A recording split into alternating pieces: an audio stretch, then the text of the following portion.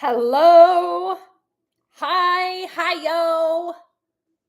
Happy Friday Eve. I am saying cheers with my beautiful handy dandy insulated stemless wine glass and this Hi-Yo non-alcoholic social tonic. This is the first time I'm trying this one. It's blackberry lemon. It's a functional seltzer. And I love the design of the can because it looks like something that would pass. So nobody's like, hey, are you not drinking? And you're just like, I'm covered. Welcome to day 3 of Sober October.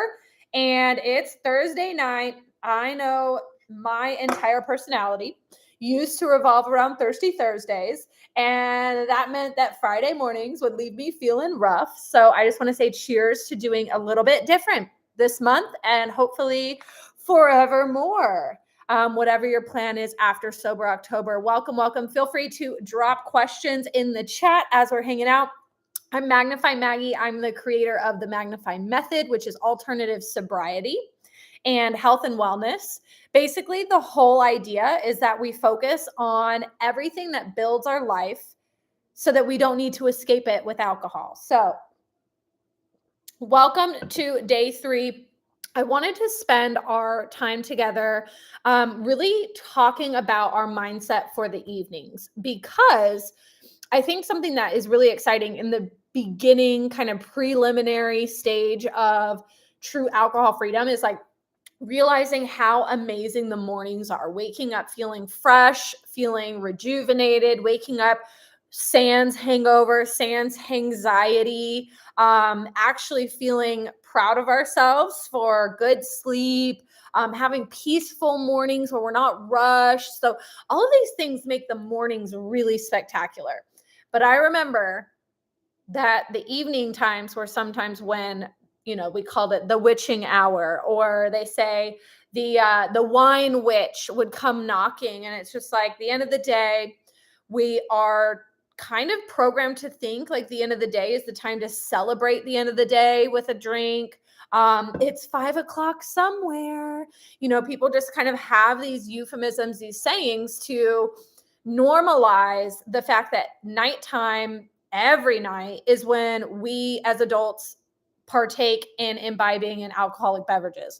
And it just takes repetition to break that norm. It takes new habits to put in the place. So one of my favorite habits is having something that is like a functional drink, something with healthy ingredients, because I really loved the mindset switch that occurred in my first few weeks of sobriety, dry January 2020, where it actually stuck.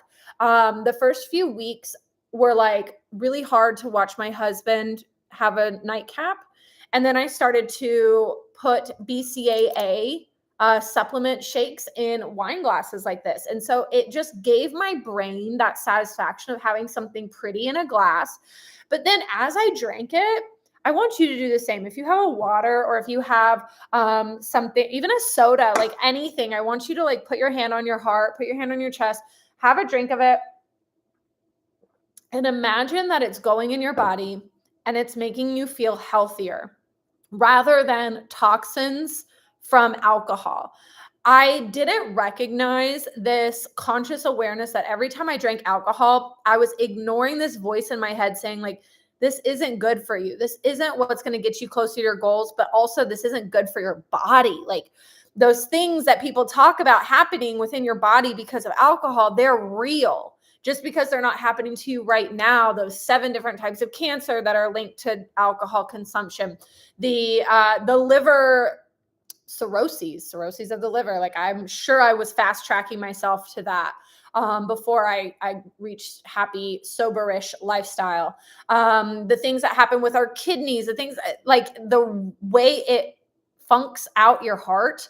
If you've ever worn a Whoop or a fitness band that measures your heart rate variability and your resting heart rate, you will see that having a drink, there are these physical repercussions. So in my mind, I loved this mindset switch of like being intoxicated on health.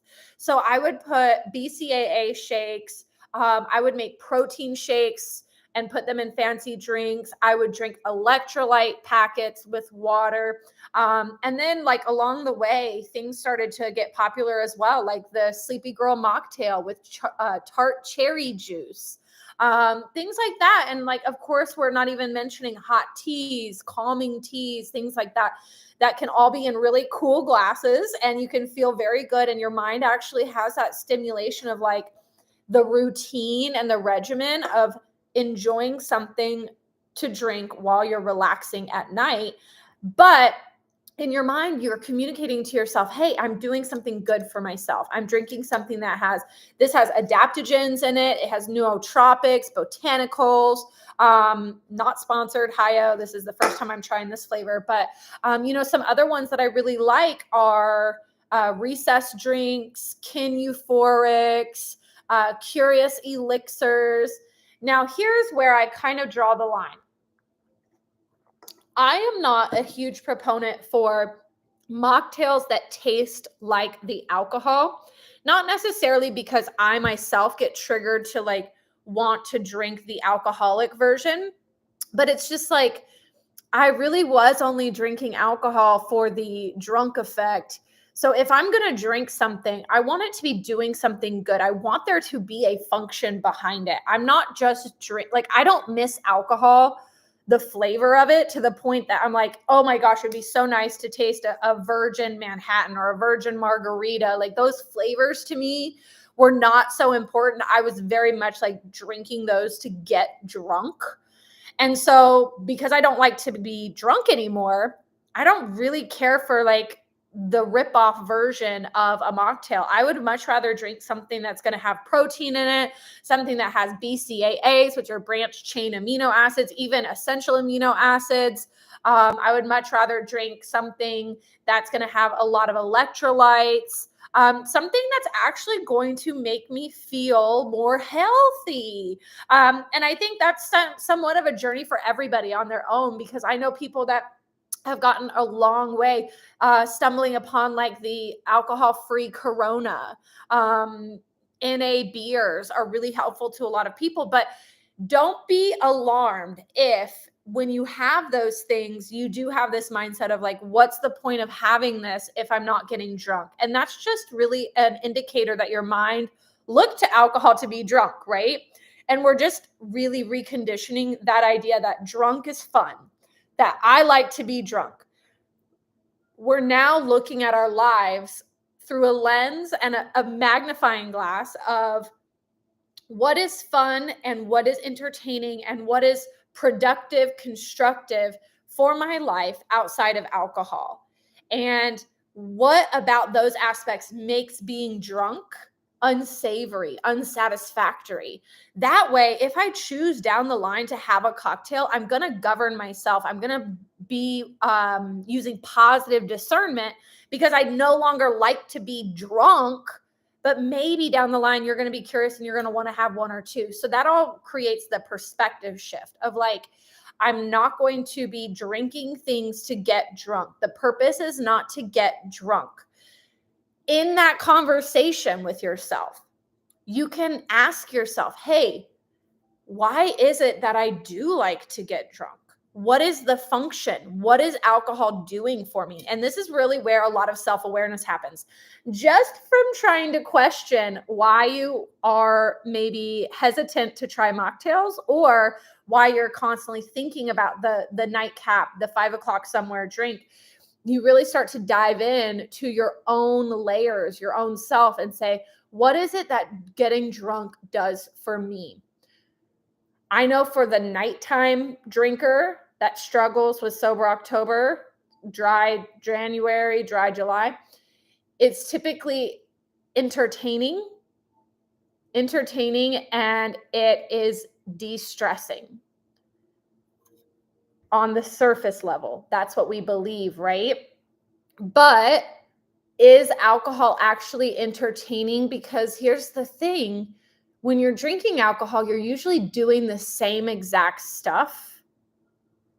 You're just entertained by it. So what it's doing is giving you dopamine so that everything feels good. That's not very natural. And that's also kind of a shortcut, right? Like we don't want to take shortcuts to happiness and entertainment. We want to be able to create our own entertainment, create our own fun, and be our own fun, be our own entertainment, and create things to negate boredom. Alcohol really is just a habit that kind of fills that void. Maybe it's that when we sit in silence, sit by ourselves, we have negative thoughts, negative beliefs. So alcohol is the escape from that. So in your journey to question, why is it that I'm thinking about a drink or tempted to have a drink? What is that drink going to do for me? Oh, well, it would calm me down from stress. Well, how can I reperceive this stress so that I don't drink alcohol when alcohol is actually going to stress me out more? How can I look at this free time that I have, and instead of thinking alcohol would be fun, I could think X, Y, and Z could be fun, something new, something different, a book, reading, going to the library, going to Barnes and Noble, journaling. Maybe it's a puzzle. I know that in the beginning, all of these things sound like, really? That's what I'm going to do. That sounds really lame without alcohol. But like we talked about yesterday, your brain just doesn't perceive the excitement in things right now because of the dopamine imbalance with frequent alcohol use, meaning that in non-drinking times, everything feels dull. That's going to take a little bit of time for your body to regulate out. And these things will feel fun and interesting very soon, especially when you're doing really healthy things for yourself. You're feeling proud. You're starting to stack these great habits, stack these wins, and see yourself in a different light rather than I'm a hot mess. I have no control. I hope that I do good this weekend, but I don't know. I might get blackout drunk. I might have to spend all day in bed on Saturday. No more of this looming negative narrative. It's like, look at me. I made a decision. I've got traction under me. I'm picking up speed with my momentum.